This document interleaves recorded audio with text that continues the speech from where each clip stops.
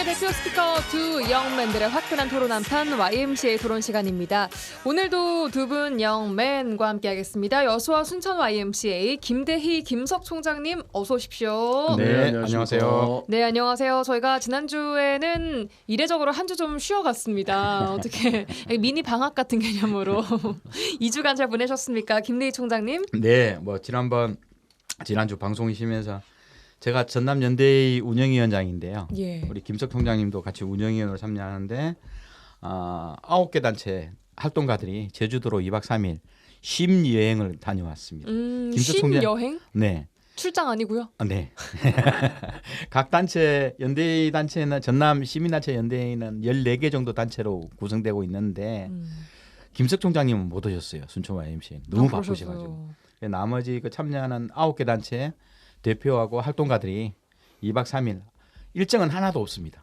좀 쉬면서 새로운 올해 1년을 평가하고 내년을 좀 기획하는 그런 개념으로 자유롭게 여행을 갔다 왔는데요.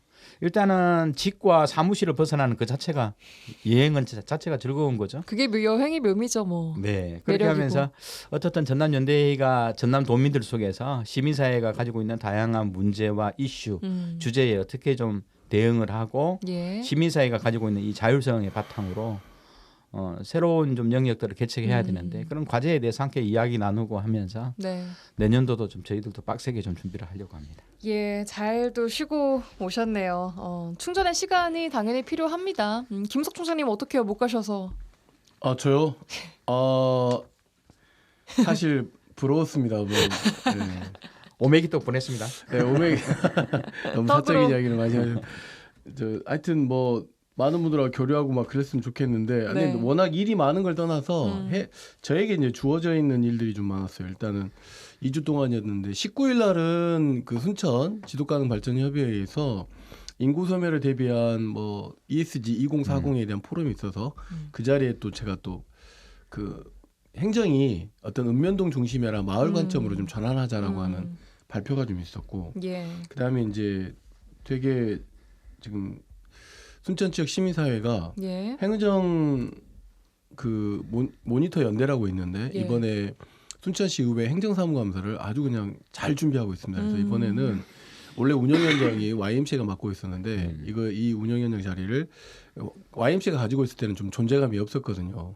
그러니까 그 순천 환경운동연합 그 김효승 의장님으로 운영위원장이 바뀌면서 지금 뭐 경실련 그다음에 환경운동연합 사무국이 철저하게 좀 구성된 가운데서 예. 행정사무감사를 아주 철저하게 좀 준비하고 있습니다. 그래서 이 준비하느라고 YMCA 지금 현재 북적북적하고 예. 12월 1일부터 다음 주부터 순천시의회 행정사무감사가 진행되는데 아마 의원님들 바짝 긴장하셔야 될 것 같고 그다음에 행정사무감사 그 본부는 YMCA 2층과 3층에서 온라인으로 좀 진행될 것 같습니다. 근데 여기서 한 가지 말씀드리면 행정모니터연대가 공익을 위해서 진행되는 건데 순천시 의회와 그다음에 순천시가 원래 각 상임위별로 그 행정사무감사할 때 만들어지는 자료들이 있어요. 예. 이 자료 제공을 좀 원활하게 좀 추진하고 있지 않은 것 같아요. 좀 바보 같은 짓을 좀 원래 하고 있는 것 제공을 같은데. 해야 되는 원래 제공하는 게 아니라 다른 자치단체들은 예. 심지어 의회 게시판에 올린다거나 예. 아니면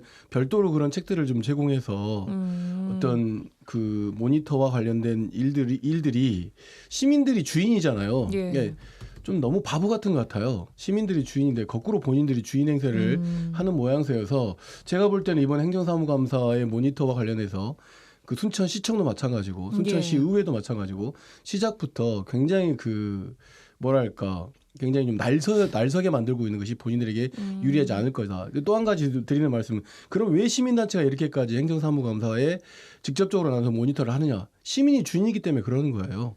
그다음에 한 가지 더 말씀드리면 예전에 그 우리 지금 순천시 의회 우리 강영구 의장님께서 행정사무감사 할 때마다 굉장히 그 모니터 연대에 대해서 무슨 자격으로 하느냐 또는 뭐 왜 뭐 이렇게까지 하느냐 또 현장을 왜 이렇게 쫓아다니냐 이렇게 굉장히 조금 부정적이셨고 상당히 저도 많이 비판을 했었는데 이번에도 아마 그런 영향도 좀 없지 않아 있어 보이거든요. 대단히 바보 같은 짓이다. 왜냐하면 작년 12.3 내란 1주년이 됐고 그때 국민주권 정부를 우리가 탄생시켰고 주인이 결국 누굽니까? 주민이잖아요. 주민주권의 시대에 걸맞는 뭔가 사람들로 내년 지방선거 모두 싹 바꿔야 될 그런 타이밍이 아닌가라고 뭐 미루어 짐작하면서 이번 행정사무감사가 추진될 거다 그렇기 때문에 예. 긴장을 좀 하셔야 된다라고 하는 말씀을 좀 예. 길게 말씀드리고 지난 26일 날 예. 순천시의 주민자치회 박람회가 있었습니다. 전국에 거의 자체 박람회를 하고 있는 게 순천시밖에 없는데 네. 예, 그런 일들이 좀 있어서 좀 바빴다. 예, 그런 말씀을 좀 드리고 싶습니다. 예, 그리고 또 한 행정사무감사 준비하시는 분들 화이팅입니다. 예. 행정사무감사 관련해서는 이제 저희가 따로 시간을 좀 내서 한번 예. 또 다뤄보도록 하면 좋을 것 같습니다. 자, 오늘은 두 가지 이야기 좀 저희가 준비를 해봤습니다. 첫 번째는 이제 산업 위기 관련된 얘기인데요. 김정관 산업통상부 장관이 이틀 전에 여수를 찾아왔습니다. 산업 재편 계획서를 연말까지 제출을 해라. 기한 내 제출을 못하면 정부 지원에서 제외가 될 것이다. 라고 한마디로 압박을 좀 했습니다. 현재 여수 국가산단은 산업 재편을 할 수 있는 역량이 어디까지 와 있는지 한다면 어떤 방향으로 해야 할지 좀 짚어보도록 하고요. 한 가지 더 얘기를 나눠보도록 하죠. 요즘 여순 사건 유족들이 국가를 상대로 한 손해배상 소송에서 잇따라 좀 승소를 하고 있습니다. 반가운 소식인가 하면 그런가 하면 형사 보상금을 가로챈 변호사가 나오는 등 문제도 좀 계속해서 나오고 있습니다. 여순 사건 희생자 명예회복 또 배보상 문제에 대한 논의 어떻게 되어 가야 할지도 이야기를 해보도록 하죠. 자, 먼저 산단 관련된 얘기. 김정관 장관이 여수 국가산단을 찾아와서 기업들의 자구 노력 먼저 우선돼야 한다. 다음 달까지 계획서를 제출을 해라라고 얘기를 했습니다. 정부가 지금까지 뚜렷한 지원 방안을 내놓고 있지 않은 상황에서 정부는 일단 기업들에게 계획서를 가지고 오라라고 요구를 하고 있단 말이죠. 이거 어떻게 보고 계십니까, 김대희 총장님? 네, 뭐 지난 8월 10일 여름이었죠. 정부는 석유화학 산업 구조 개편 때 그 3대 방향과 정부 지원 3대 원칙을 천명을 했거든요. 이게 뭐냐면 핵심은 울산, 여수, 대산 이 세 군데 동시 추진해서 12월 말까지 기업 너희들이 현재 지금 뭐랄까 포화 상태인 NCC 시설 이걸 어떻게 바꿀 거냐. 어떻게 쉽게 말해 30% 정도 축소해야 되는데 뭐 어떤 회사를 지정할 수는 없잖아요. 예. 기업끼리 좀 논의를 해서 가져와라. 그리고 향후 석유화학 쪽에서 앞으로 당신들은 어느 쪽에 연구 개발을 하고 어떤 방향으로 생산을 할 거냐. 여기까지 패키지로 좀 가져와 봐라. 예. 그러면 산업과 재정과 가지고 있는 산자부 또 기재부 또 뭐 이런 영역들이 정부도 모여서 기업들의 올라온 자구 계획들을 보고 우리도 한 방에 정리해 줄게. 이런 약속이었거든요. 예. 그 결과가 12월인데 여수산단이 아직 의견이 없어요. 그러니까요. 네. 그 말은 뭐냐 하면 기업끼리 눈치 보기가 있다는 거죠.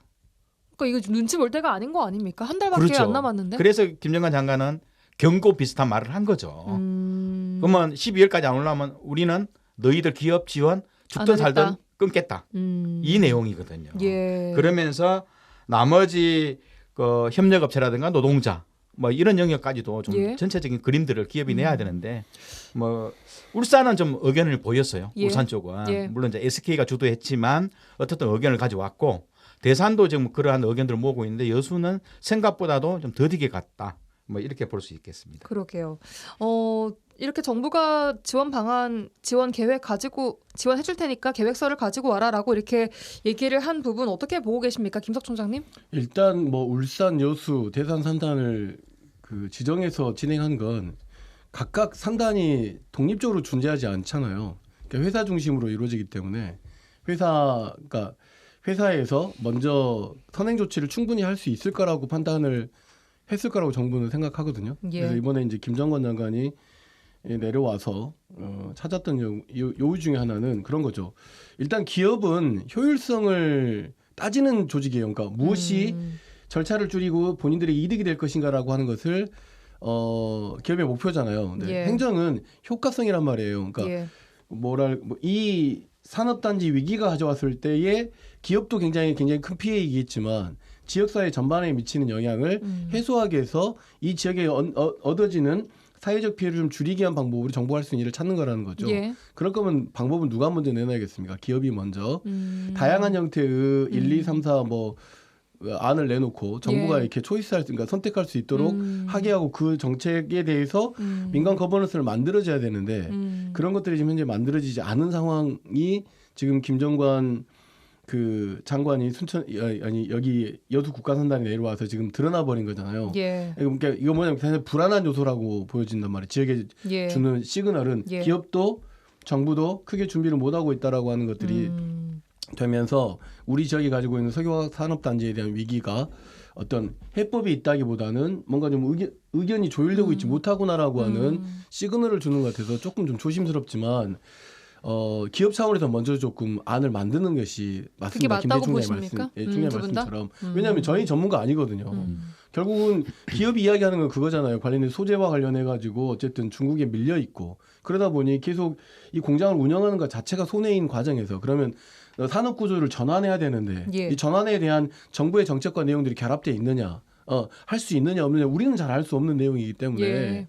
일단은 민간 기업들이 먼저 대안을 만들고 알겠습니다. 정부가 좀 참여하는 방식으로 또 지역사회가 좀 힘을 실는 방식으로 이 산업적 위기를 좀 뚫고 가야 된다. 예. 그리고 뭔가 문제를 지적하기보다는 예. 안 해본 일이기 때문에 예. 한다고 하면 그것들을 서로 응원하고 지원해주는 방식으로 갈 수 있도록 좀 정부에서도 조금 문을 좀 열어놨으면 좋겠다 싶습니다. 근데 현실적으로 여수, 울산, 대산을 비교해 보면 여수가 가장 불리한 구조인데요. 왜요? 석유화학 영역은 우리가 보통 말하는 그 업스트림, 예. 다운스트림. 이게 뭐냐 하면 상류, 하류 개념으로 볼 수 있죠. 이게 상류 개념은 우리가 에틸렌, 여천 NCC 뭐 해서 에틸렌 영역이 기초 유분이거든요. 요게 이제 다운스트림은 저 하류 지역. 그게 뭐냐면 최종 소비자에 가까운 영역이 다운스트림을 본다면 그러니까 이게 범용 제품 관련된 얘기인. 이제 번연제품은 그 중에서도 예. 분류고요. 쉽게 말해서 기초 유분을 가지고 예. 자동차나 전자나 이런 디스플레이 이런 최종 소비 제품을 만들잖아요. 예. 아니면 의료 뭐 예, 보건기구. 예. 그러면 울산은 업스트림하고 다운스트림이 50대 50이에요. 아. 이게 최후방 산업이 있어요. 알잖아요. 조선이나 자동차나 전자제품에 들어가는 최종 석유화학 제품들. 예. 이게 있는데 대사는 5대 5예요. 예. 아니 대사는 6대 4.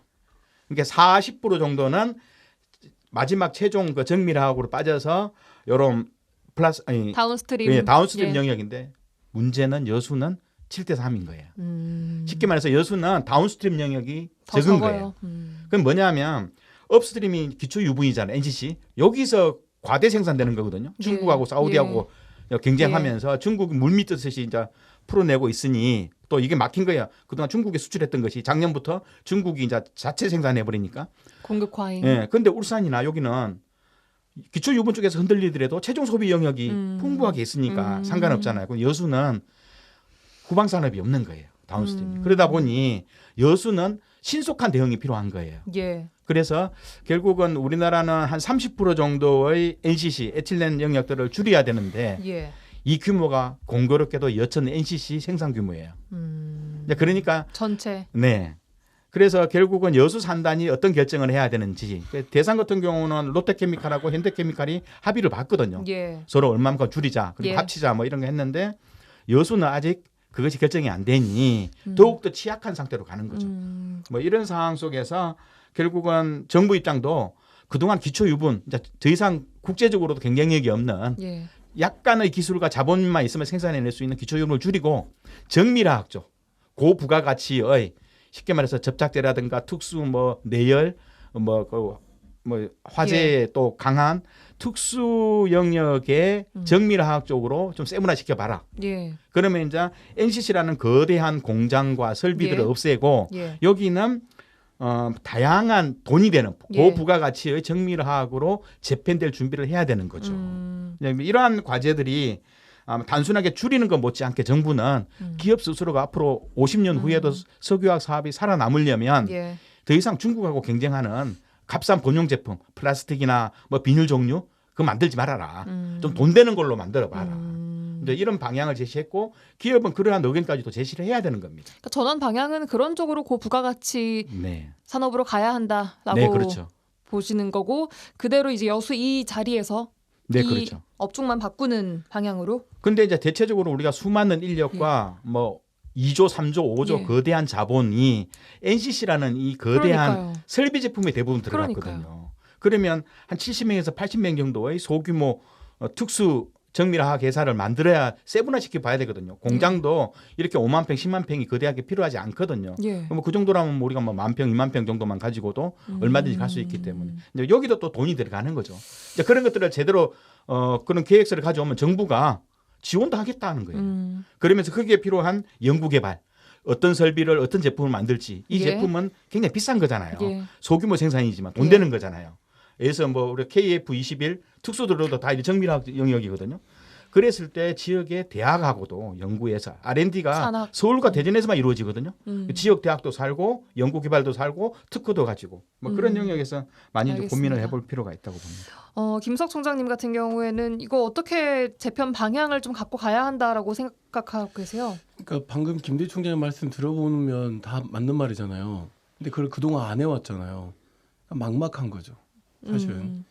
저는 이제 한 지역사회 주민 입장에 놓고 본다면 맞아요. 설비가 노후화돼 있으니까 조금 현대식으로 바꾸고 그다음에 고부가 정밀화학이나 바이오화학 산업을 해서 산업 전환을 해내고 그러면서 친환경 그다음에 일자리 뭐 이런 것들을 해야 되는데 그런 것들에 대한 기업이 지금 현재 주도하고 있는가라고 놓고 보면 그러지 않고 있고 정부나 시민사회에서는 오래전부터 그런 이야기들을 요구해오고 있는 건데 지금 우리 걱정은 그런 거죠. 일자리 불안하고 저 기업이 공장을 중단하고 떠나버리면 어떠지라고 하는 굉장히 불안과 위기 속에 있기 때문에 저는 이 불안과 위기를 극복하는 것부터 먼저 해야 된다. 산업 전환 재편에 관련한 아까 말씀드렸던 것처럼 정부와 민간 차원의 거버넌스 유지도 실증적인 것이 좀 나올 수 있도록 좀 만들어줘야 되는 거라고 보여지는 거죠.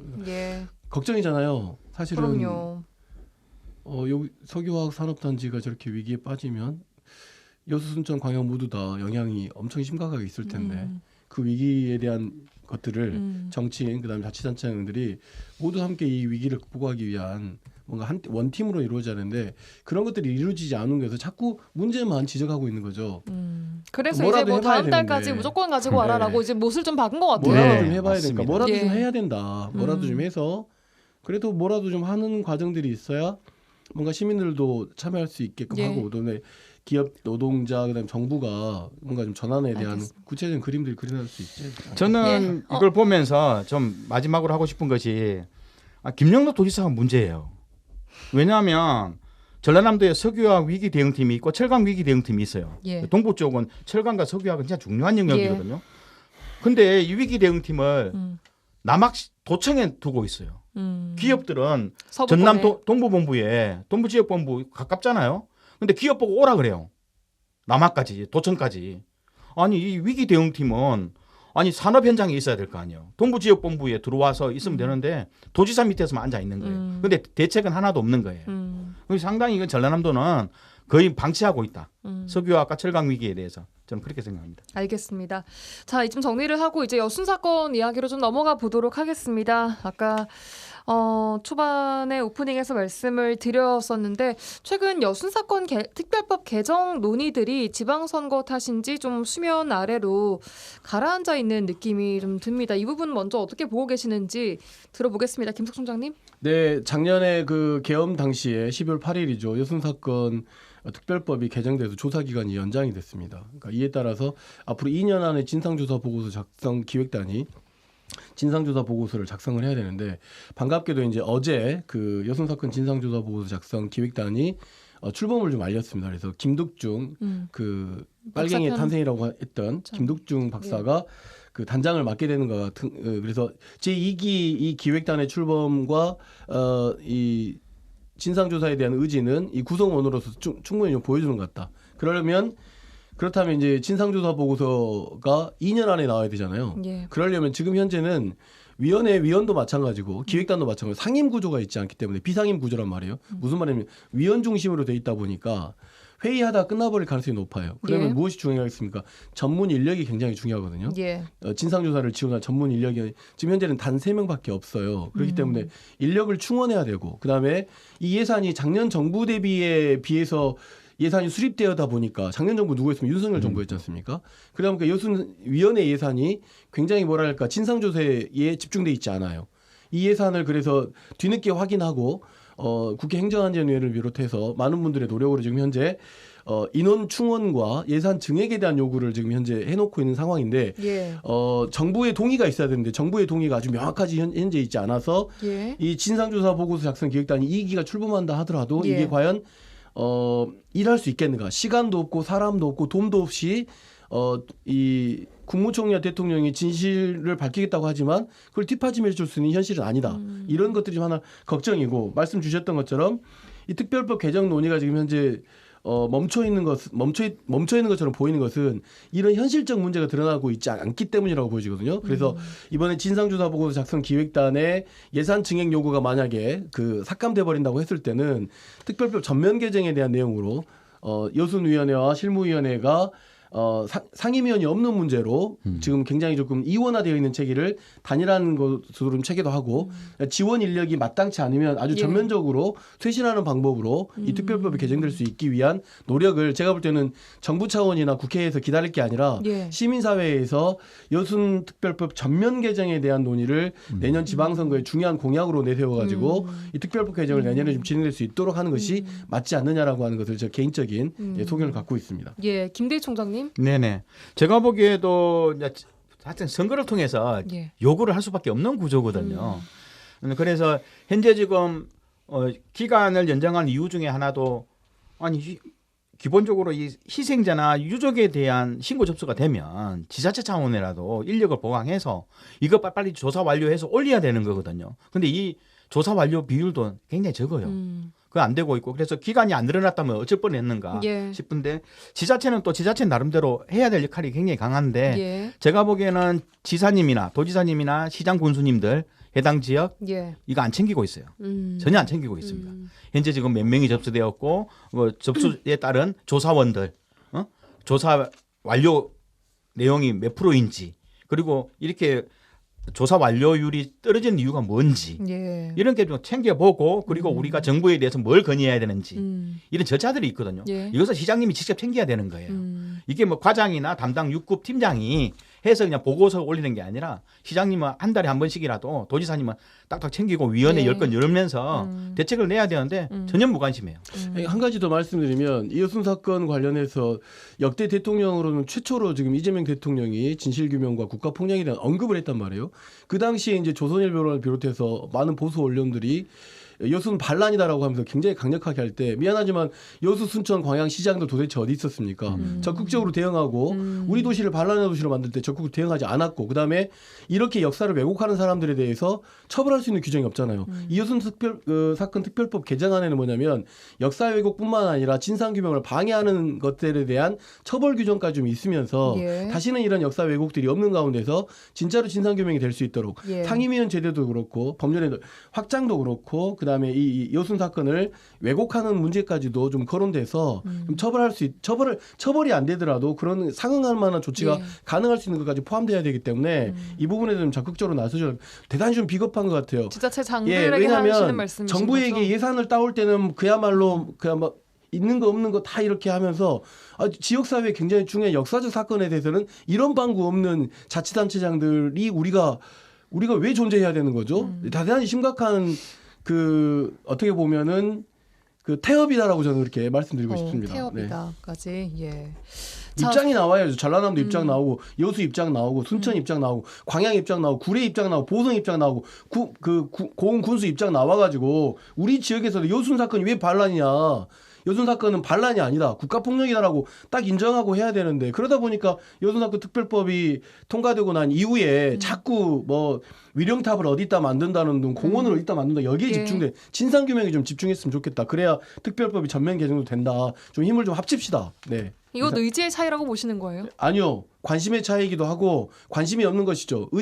의지는 이 역사적 사실에 대한 이 토대가 가지고 있는 역사적 진실에 대해서 뭔가 좀 가까이 다가가지 않음으로써 얻는 정치적 이득이 크다고 보고 있지 않나라고 생각됩니다. 그래서 알겠습니다. 내년 지방선거 때는 이 예. 특별법에 찬성하는 사람들만 좀 선택될 수 있도록 유권자들 좀 관심을 좀 가져줬으면 좋겠습니다. 예. 자, 이제 최근에 손해배상 소송이 전부 승소했다는 반가운 소식들이 들려오고 있는데 또 동시에 유족들이 받아야 할 형사보상금을 변호사가 주지 않는 문제가 또 문제가 되고 있습니다. 유족들을 2번 올리고 있는데 이런 문제들을 막기 위해서 제도적으로 특히 아까 말씀하셨던 특별법 개정을 통해서 보완을 할 수 있는 부분들 없을까요, 김대희 총장님? 네, 충분히 있습니다. 왜냐하면 특별법 영역에서는 이 희생자 유족들에 대한 지원 시스템 제도를 좀 더 명확히 해야 돼요. 보상의 문제를 떠나서 예.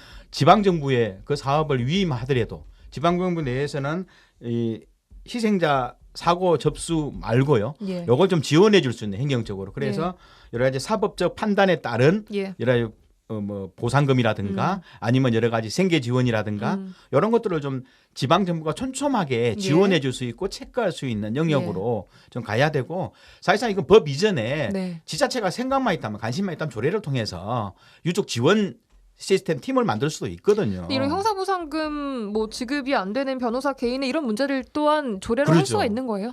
그렇게 해서 지원하는 거죠. 음. 왜냐하면 시마다 그 자기 그 자체 변호사들 제도도 예. 둘 수도 있고요.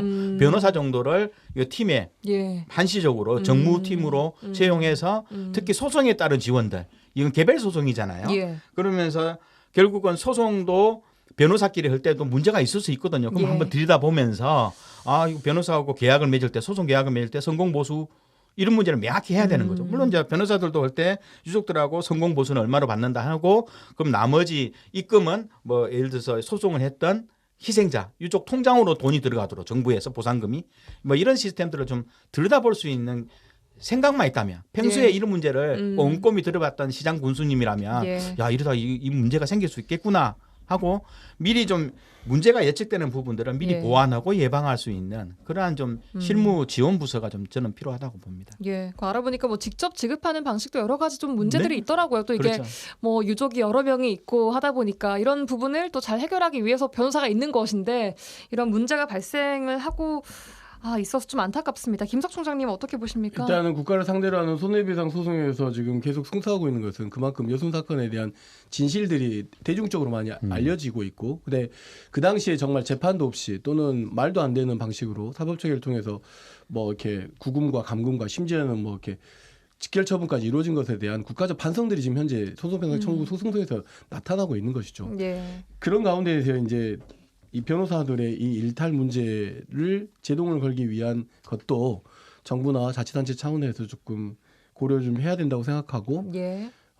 김대희 총장 말씀처럼 소송을 지원하는 문제부터 그다음에 지급하는 문제에서 예를 들어서 그것을 어떻게 할 것인가라고 하는 이제 문제가 나타났기 때문에 예. 이거를 유족들하고 좀 상의해서 유족연합회 차원에서도 좀 대응을 해야 되는데, 이 안에 또 가운데 또 유족연합회 쪽에 있는 사람들이 또 관여돼 있다는 이야기도 좀 있어가지고 예. 대단히 좀 조심스럽습니다. 그러나 이런 문제가 여순 사건 진상 규명을 뭐 이렇게 멈춘다거나 특별법을 개정해야 되는 것을 멈추는 일로 되는 것 같지는 않고, 여기서 핵심 키워드는 뭐냐면 예. 지금 국가를 상대로 하고 있는 손해배상 소송에서 승소를 하고 있다는 것. 그러니까 그렇기 때문에 국가폭력이 법원으로부터 좀 인정되고 있다라고 하는 것. 그렇기 때문에 피해자들에게 보상을 하라고 하는 진실의 큰 흐름이 지금 이어지고 있다. 그리고 이런 일탈의 변호사들은 미안하지만 그 고소고발을 통해서 이런 문제를 좀 일으키지 않도록 하는 방법으로 조금 통제하는 방식으로 좀 제도가 좀 개선돼야 된다라고 하는 말씀을 좀 드리고 싶습니다. 예.